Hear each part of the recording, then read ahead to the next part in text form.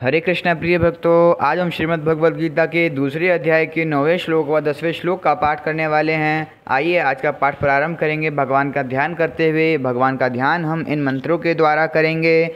ओम श्री परमात्मने नमः। ओम पूर्णमदः पूर्णमिदं पूर्णात् पूर्णमुदच्यते पूर्णस्य पूर्णमादाय पूर्णमेवावशिष्यते। श्रीमद्भगवद्गीता गजाननं भूतगणादिसेवितं कपितजम्बूफलचारुभक्षणम् उमासुतं शोकविनाशकारकं नमामि विघ्नेश्वरपादकपङ्कजं।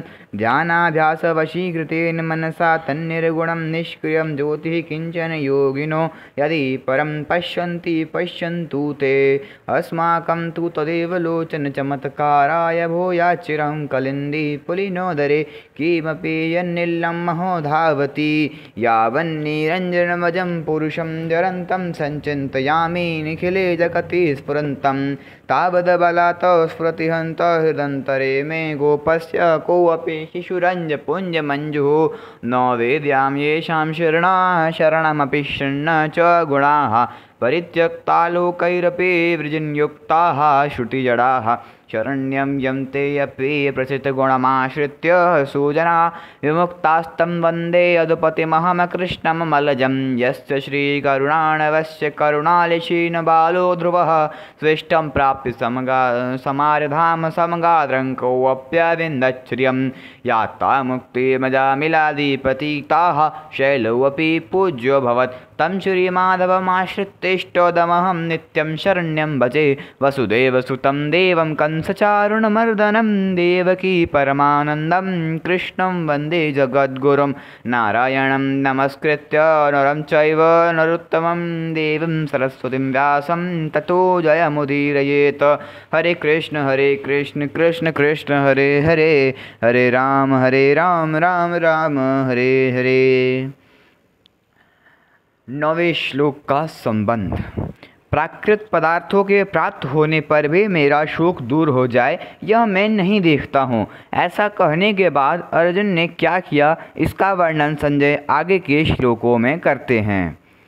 संजय उवाच एवमुक्त्वा ऋषिकेशं गुडाकेशः परन्तप नायोत्यस्य इति गोविन्दमुक्त्वा तूष्णीं बभूवः। इस श्लोक का शब्दार्थ।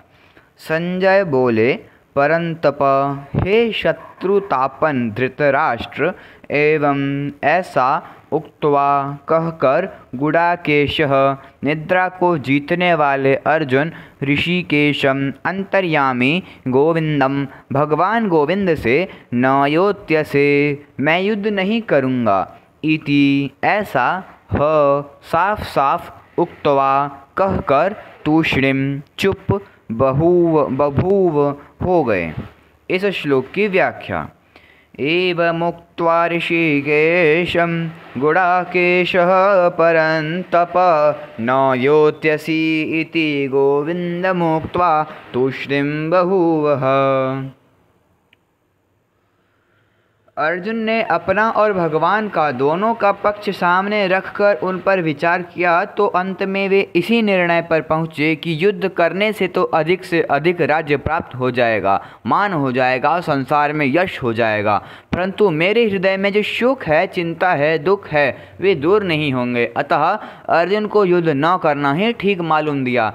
यद्यपि अर्जुन भगवान की बात का आदर करते हैं और उसको मानना भी चाहते हैं, परंतु उनके भीतर युद्ध करने की बात ठीक जच नहीं रही है। इसलिए अर्जुन अपने भीतर जची हुई बात को ही यहाँ स्पष्ट रूप से साफ साफ कह देते हैं कि मैं युद्ध नहीं करूँगा। इस प्रकार जब अपनी बात, अपना निर्णय भगवान से साफ साफ कह दिया, तब भगवान से कहने के लिए और कोई बात बाकी नहीं रही, अतः वे चुप हो जाते हैं।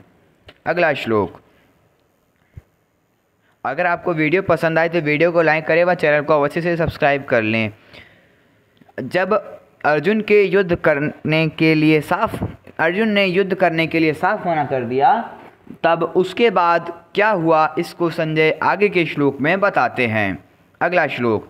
तमोवाच ऋषिकेश प्रहसन्निव भारत सैन्योरुभयोरमध्ये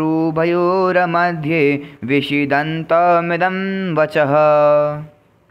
इस श्लोक का शब्दार्थ: भारत, हे भरतवंशोद्भव धृतराष्ट्र, उभयोः दोनों, सैन्योः सेनाओं के, मध्य भाग में, विषीदन्तं विषाद करते हुए, तम उस अर्जुन के प्रति, प्रहसन इव हंसते हुए से, ऋषिकेशः भगवान ऋषिकेश, इदम यह आगे कहे जाने वाले, वचः वचन, उवाच बोले। इस श्लोक की व्याख्या: तमुवाच ऋषिकेशः भारत सैन्यरुभयोरमध्ये विषीदन्तमिदं वचः। अर्जुन बड़ी शूरवीरता और उत्साहपूर्वक योद्धाओं को देखने के लिए भगवान से दोनों सेनाओं के बीच में रथ खड़ा करने के लिए कहा था।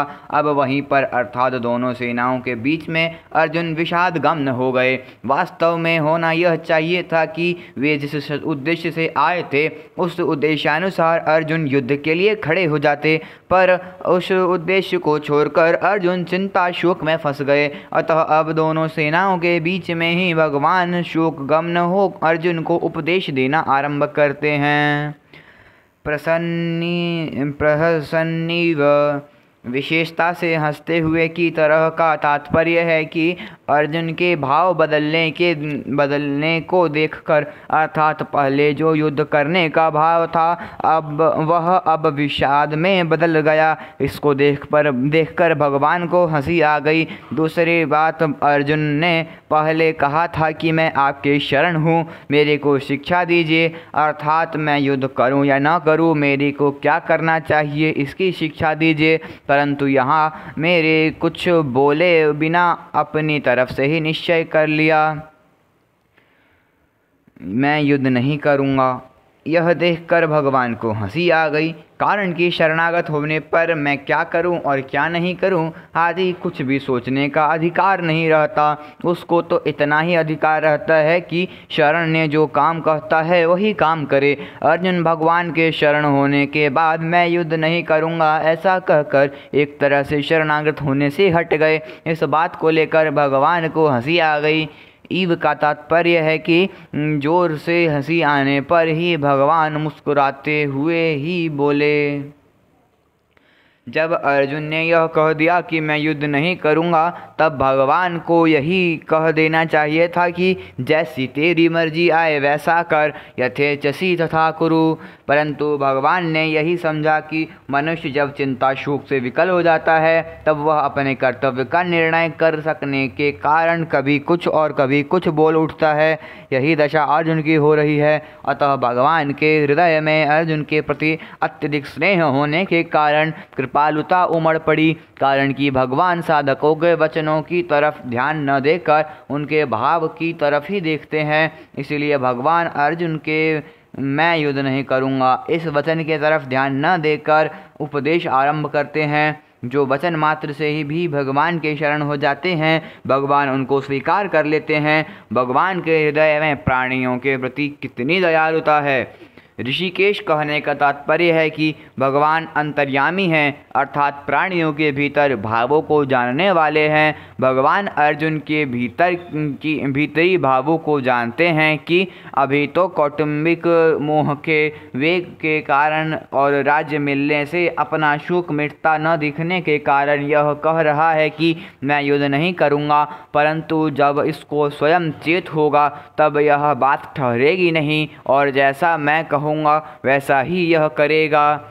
इदम वचः उवाच पदों में केवल उवाच कहने से ही काम चल सकता था, क्योंकि उवाच के अंतर्गत ही वचः पद का अर्थ आ जाता है। अतः वचः पद देने का पुनरुक्ति दोष दिखता है, परंतु वास्तव में यह पुनरुक्ति दोष नहीं है, प्रत्युत इसमें एक विशेष भाव भरा हुआ है। अभी आगे के श्लोक से भगवान जिस रहस्यमय ज्ञान को प्रकट करके उसे सरलता से सुबोध भाषा में समझाते हुए बोलेंगे, उसकी तरफ लक्ष्य करने के लिए यहाँ वचः पद लिया गया है। इस श्लोक का परिशिष्ट भाव: धर्म भूमि कुरुक्षेत्र के एक भाग में कौरव सेना खड़ी है और दूसरी भाग में पांडव सेना। दोनों सेनाओं के मध्य में श्वेत घोड़ों से युक्त एक महान रथ खड़ा है। उस रथ के एक भाग में भगवान श्री कृष्ण बैठे हैं और एक भाग में अर्जुन। अर्जुन के निमित्त मनुष्य मात्र का कल्याण करने के लिए भगवान अपना अलौकिक उपदेश आरंभ करते हैं और सर्वप्रथम शरीर तथा शरीर के विभाग का वर्णन करते हैं। हरे कृष्ण। अगले वीडियो का श्लोक। शोकाविष्ट अर्जुन को शोक निवृत्ति का उपदेश देने के लिए भगवान आगे का प्रकरण कहते हैं। श्री भगवान वाच अशोच्यानन्वशोचस्त्वं प्रज्ञावादांश्च भाषसे गतासून गतासूंश्च नानुशोचन्ति पंडिताः। हरे कृष्ण। हरि बोल। आज के इस वीडियो में हमने 9वें श्लोक और 10वें श्लोक की व्याख्या पढ़ी। अगले वीडियो में हम 11वें श्लोक की व्याख्या पढ़ेंगे। हरे कृष्ण। हरि बोल। अगर आपको वीडियो पसंद आए तो वीडियो को लाइक कर दें, चैनल को अवश्य से सब्सक्राइब कर लें।